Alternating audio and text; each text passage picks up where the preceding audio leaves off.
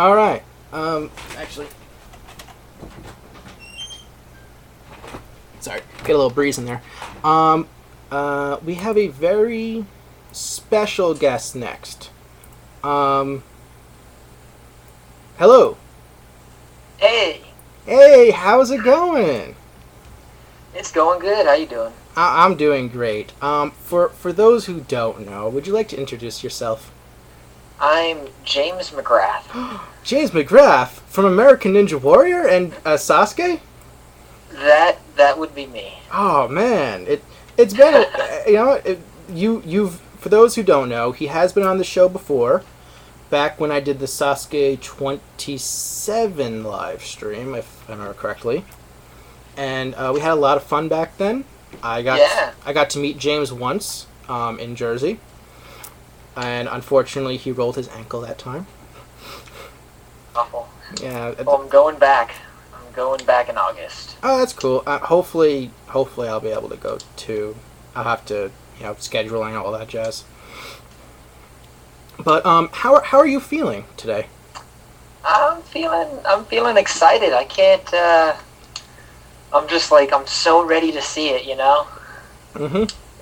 I Because guess. I do know people that were there Well, that yeah. not only competed in it but watched it live, and I have not heard a word out of any of them. So I am just. Really? I'm very anxious. Yeah. You're unspoiled. Completely unspoiled. Wow, that actually surprises me. I thought, someone would have blabbed by accident at least. That's actually pretty good. And I tried to pry it out of them a few times. Really? They were just, yeah. Wow.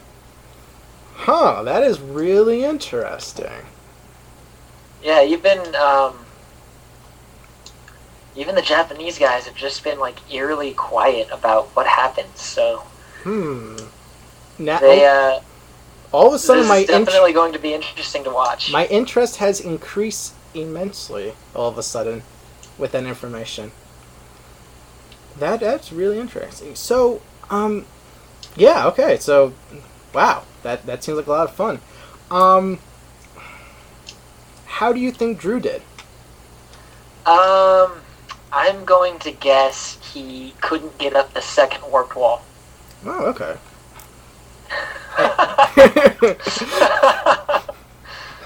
It was the hedgehog. No, Drew is an incredible athlete. I'm kicking myself in the butt for not going out to Malaysia. Didn't you get accepted to that too? I did. Mm. I chose to do something else that I thought would be better training, because they even told us, they were like, look, don't expect the obstacles to be, difficult or it to be that big of a deal. So I went out to go do a whole like week-long training thing in Central California, and because I knew if I went to Malaysia it would just be like a 2-week-long vacation where I would just like party up the whole time, but Drew did amazing in Malaysia and just wrecked everything. Even even knowing if I went there and competed, like it would have been so tough competing with Drew for that top spot. Like, Yeah, that guy was so on point on every stage. yeah, every time. He did so well from what we saw from the Navi. He did. Yeah, really from the well. Navi on stage 2 and 3. Like, Yeah. I don't think stage 2 could have been done quicker. Period. I was surprised the most when he did the unstable bridge as fast as he did. Yeah, That was like it kind of shocked me when I saw the Japanese guys running through it, and they were just touching it and like touch and go, touch, go. Yeah. And then Drew just runs up, jumps, grabs it. It does the same thing, but for some reason he was like a second and a half faster. Just a little faster. That's all you need. I liked how he did the double steps, how he started them. Yeah, I saw that. Where he did 2 dinos and then crossed. Yeah. It's like, what are you doing? Too much power. Slow down. Drew definitely likes going at top gear. It feels like. Oh, that guy, when he goes ham, I don't think there's anybody stronger than him when he's giving it to 100%. Like, I even remember in boot camp when I only knew of him from Jump City. Right.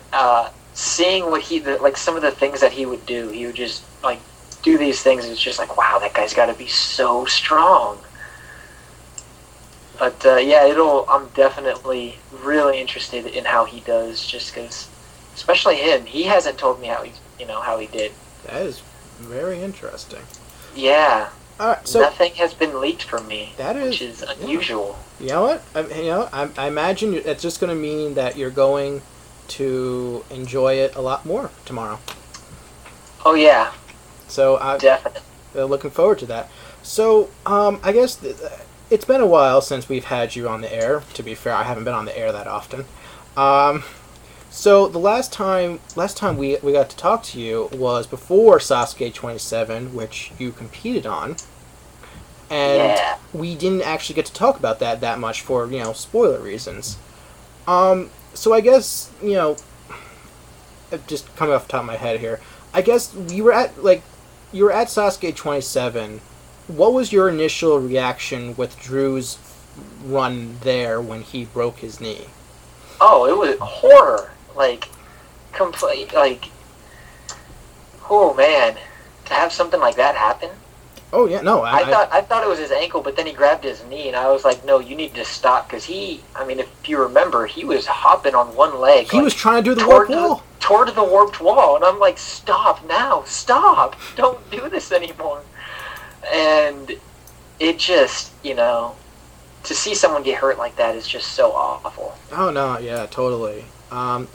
I guess on a more positive note, what was your thought when you realized that 9 of the 10 Americans passed stage 1 that time? I thought that was pretty cool. I knew. Did you see it coming? Huh? Did you expect it? Did you expect 9 out of 10? Yeah, on stage 1 I did. Oh. Just because the boot camp prepared us pretty well for stages 1 and 2. Unfortunately, it did not prepare us for the cliffhanger, because the cliffhanger on the show was kind of a joke. It had these grooves in it, so you could grab around it. Oh, that's not good.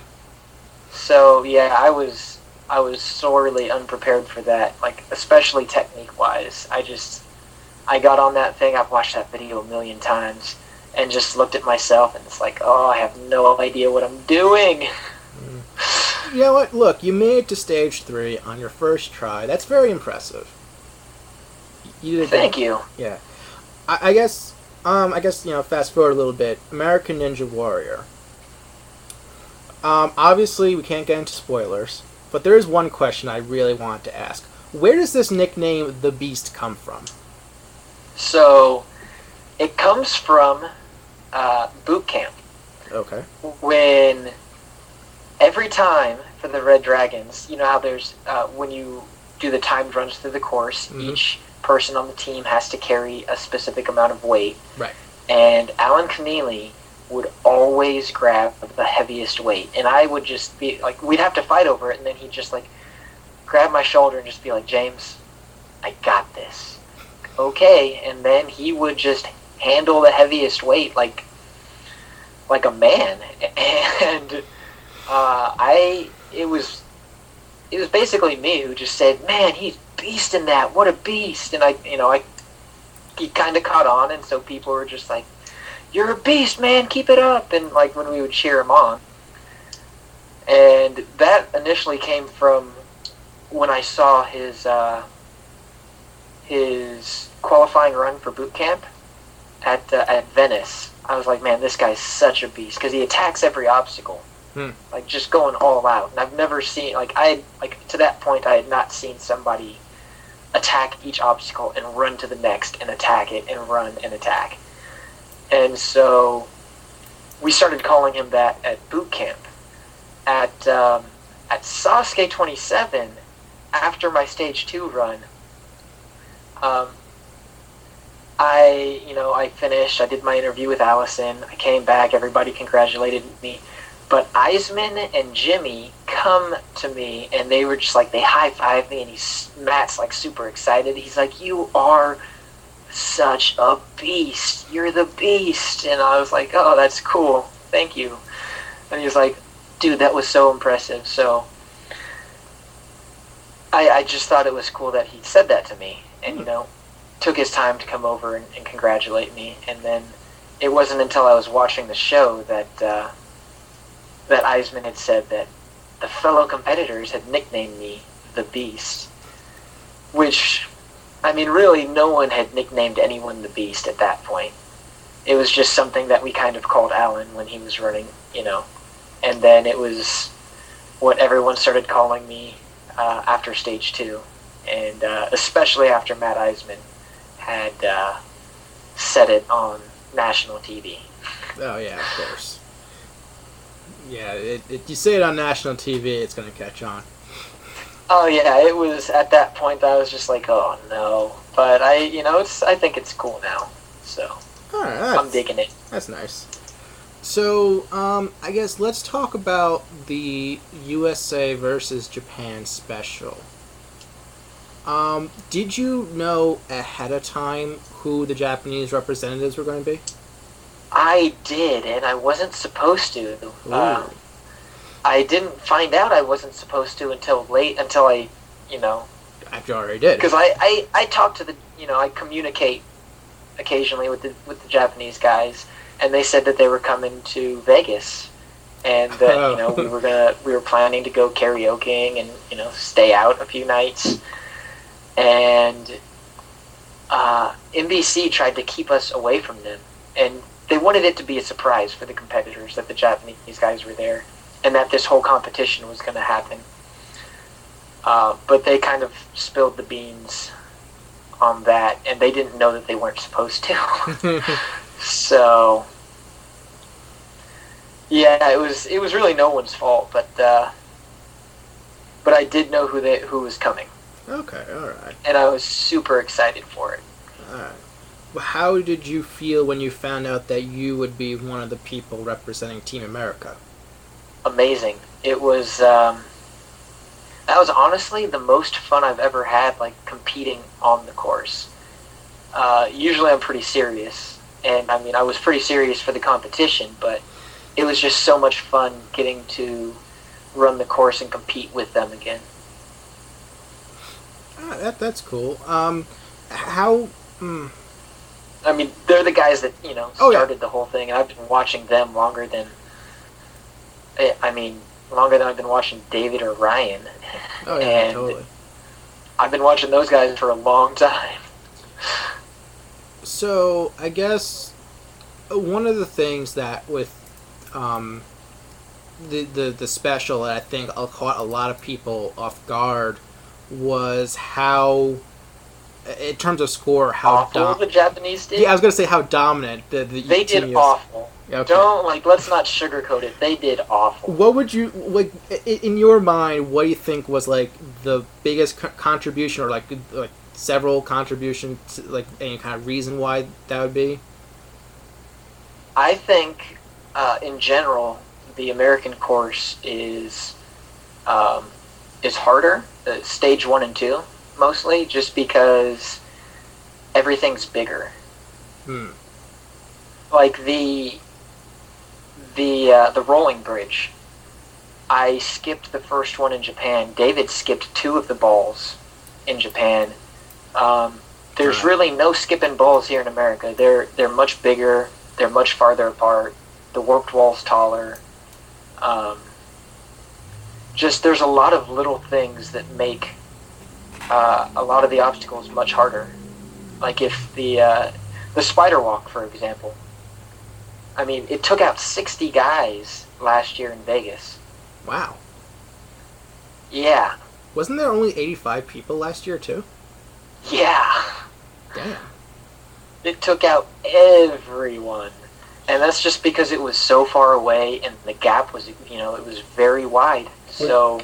Was that more or less... Sorry. And you gotta know that I feel like they're still honing certain obstacles in as far as, like, what the correct degree of difficulty is, because, like, if we had last year's jumping spider, I don't think it would be possible for any girl to do it based on height. Like, Mm. It being wide, there's just no way. Okay, that makes sense. Yeah, and I mean, and guys like Mike Needham, who yeah, you know, yeah, where in Japan, I kind of, when I was in that one, I felt a little crowded. I felt like that one was harder for me just because the walls were much closer. yeah. I get that is kind of like an interesting thing because, like, generally speaking, genetically, a Japanese person would have a smaller frame than an American. Right. So I guess there were differences like the salmon ladder was it was metal, right? it was all metal, so it was very slick. It kind of took me by surprise the first time I was on it how loose the bar felt when it was secure in the rungs. So I took it very cautiously. Some of the guys, when they were building up their swing to make the transfer, slipped off in the actual competition. Yeah, I remember seeing that. And I don't think that was something that the Japanese adapted to.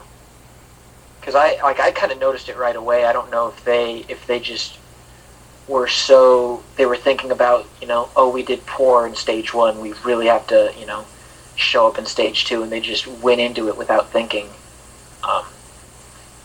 Because they all failed the salmon ladder. That is true, yeah.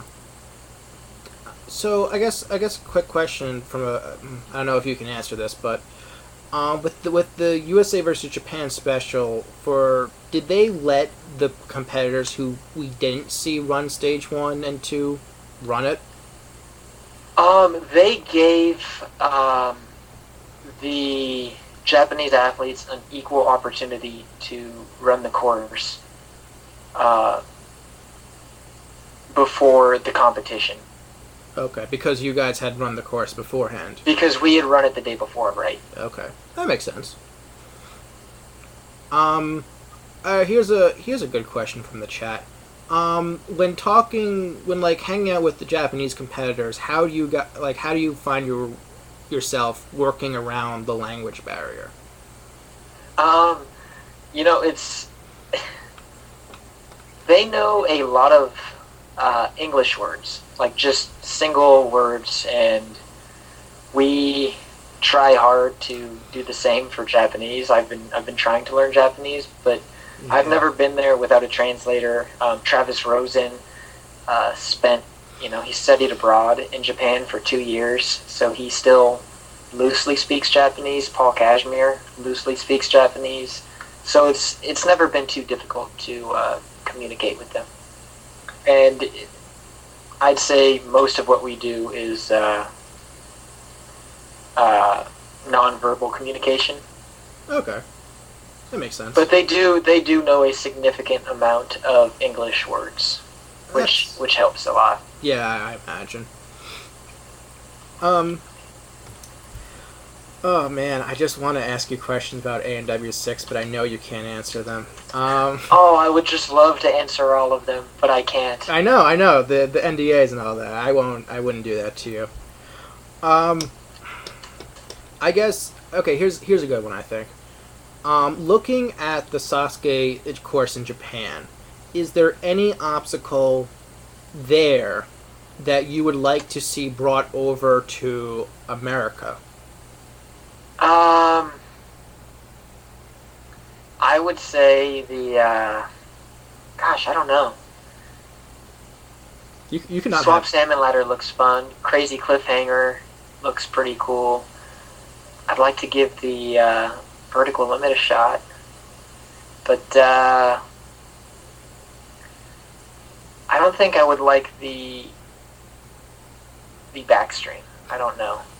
Yeah. I mean, personally, I would have no problem with it. I don't think I would have a problem with the backstream because I'm very tall and Can you swim? I've grown up swimming and whatnot, where I think a lot of the Japanese haven't. Yeah. Because it seems like they're in the pool like practicing and stuff. I look at that and I'm like, man, I guess not everyone grows up swimming. Like, yeah, well, I guess it's a weird thing.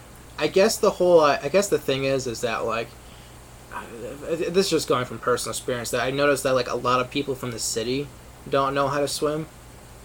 Just general speaking, like I live very close to a beach, so of course I can swim. But like, if you don't live near like the coast, it seems like you're less likely to swim. Yeah, I grew up in the country with a lake in front of me and on the beach. So yeah. So it'd be maybe that's it. Maybe just like Japanese city life. They're yeah. I grew up being a lifeguard too, so that's another like. It sounds like you would do just fine in the backstream. Right. So it's not something I would fear. That's not why I don't want it. It just seems like I'd hate to get all like I know you've never run the course, but when you get wet, it is just awful. It is awful because then you have to dry off and then get cold for a little bit. It's just I've been to have to go through that before going to stage 3. I just think would just suck. Imagine because like I've been wet with my clothes on before. It's never fun. Yeah, I would if I were doing that. I would have a different pair of shoes. Yeah. I would be wearing just spandex, nothing else. Not to mention, like, if you didn't have a change of clothing, I might just get jump in a Speedo. Why not? Yeah, as long as we're getting wet. Go 100. Yeah, I've never worn a Speedo, by the way. Oh. Well, but as long as they're televising it, why not? Hey, just don't put a tuxedo on it because that's infringement. Oh, yeah, that's all Dan Mass. Oh man, I love those Speedos. He wears them well. He does. He does. Man, what else could I ask? Is there any particular competitor besides Drew that you are looking forward to tomorrow? Boompe. I cannot wait to see Boompe come back. I know in the Na'vi he's looking super old. Like super old. You compare how he looked in that to the last time he competed? Oh man. Yeah, I mean, it's been... Oh. Uh-oh. We lost him there.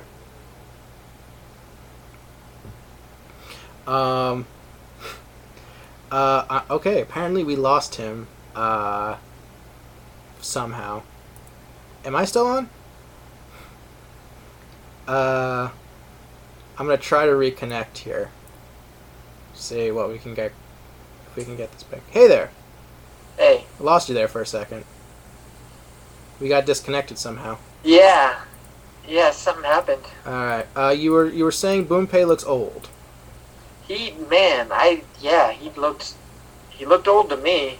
Yeah, it's been... And he hasn't come back because of a back injury, so Yeah. I'm hoping he does as well. Yeah, well, I mean, either way, this is his last time from what I've heard, so let's hope. Well, I'm excited to see him again. Oh yeah, totally. I hope he totally kicks ass. Yeah, it'd be great. I mean, wasn't 21 the last one he was on? Yeah, I think so. Yeah. It was a while ago. It's been... It's where they keep using... That's where he fell on the balance tank. No, it was the downhill jump. That was the one. He failed the first obstacle in that particular... Oh. Because, actually, it was apparently because his back, like, he had, like, a back spasm or something. And he lost his balance on that. So... I hope he does well, especially if this is, if this really is his last time.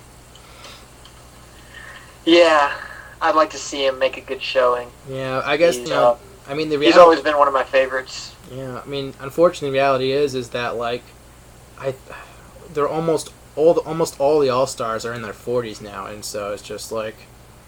Yeah, I mean, I know, obviously, in A&W we have older competitors who do well, but after a while, it starts to... it starts to add on. Obviously. So, I hope he does well. Yeah, just like you. Oh man.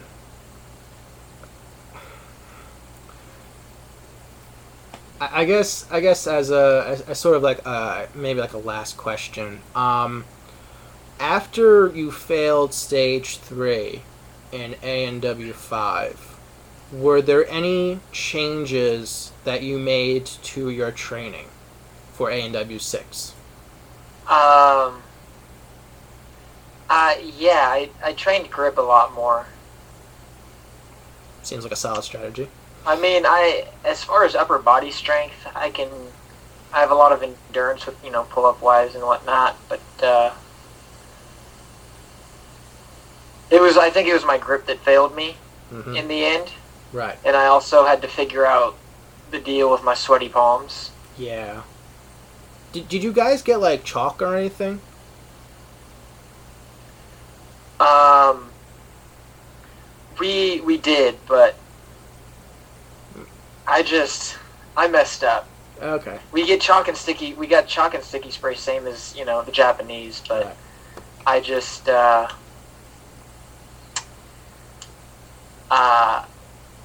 with my sweaty palms and the spray, I just Yeah, I got didn't mix well together. So I've been trying new things, and at the end of the day, I just felt like my grip strength failed me. So Oh no, I went back to the that's drawing fair. board on that, and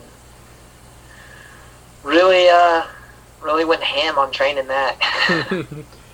Was there any heading into ANW6? Did you have any concerns about any particular area? No, none. All right. No, I felt pretty confident going into 6. Were you surprised that you had the fastest time in Venice qualifier?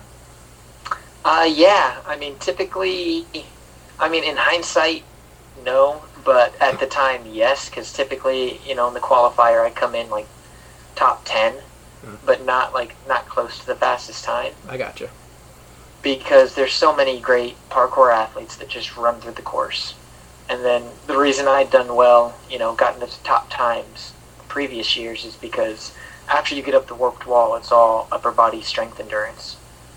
And I feel like I've got that covered pretty well. So when I got the fastest time, I was pretty shocked that, it was holding. And it wasn't until I realized, there's a rolling wheel and a slackline bridge, and none of the parkour guys have made it. Yeah, those two obstacles took out a lot of people. It feels like from the broadcast. Is that pretty much what happened? Yeah, those two obstacles those were like what took everyone out. I mean, the pegboards took some people out, but it was the spinning wheel and the slack ladder that I think took out the majority of the higher caliber athletes, the returning guys that have done well in the past. Okay. That makes sense.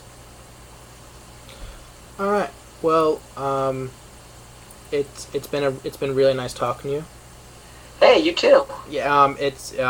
Obviously, we don't know how you did, but I hope you did well in ANW6 overall. Thank you. And watch and find out. I will. And obviously, hopefully there'll be ANW7. Hopefully you'll be there, and we'll see you again. And I will be there. And who knows? Maybe somehow you'll be able to do what Drew did and get into Japan. Who knows? Oh yeah, I'm 100%. I'm going to the next Asian Cup. Oh, I don't blame you. I definitely feel like I missed out on quite the experience. There's like 20, almost 30 Americans that showed up there. Really? Yeah, what they did is they accepted everyone. Oh, that's right. They didn't think anyone was gonna want to come. Yeah, how little they knew. Oh yeah, we are ravenous for more Sasuke. I guess really quick question, was there were people generally surprised that there were that many Americans there? They were shocked. They didn't think they'd be able. They weren't ready to have a Team America for the team comp. They didn't think that many people from America would come out. Oh, they must have been really surprised when Team America won then. Yeah, they didn't think anyone was going to come from America or Europe. And there were some European guys there. All right. Well, I'm really glad that it's everything went well. Obviously, I'm glad everything's going really well for you. Thanks. Yes, and enjoy Sasuke 30, and future luck in any other competitions that you are in the future. Thanks, man. All right. I'll talk to you later. Later, man. Bye. Bye. That was fun. James McGrath, everyone. Thank you very much for being on the show again.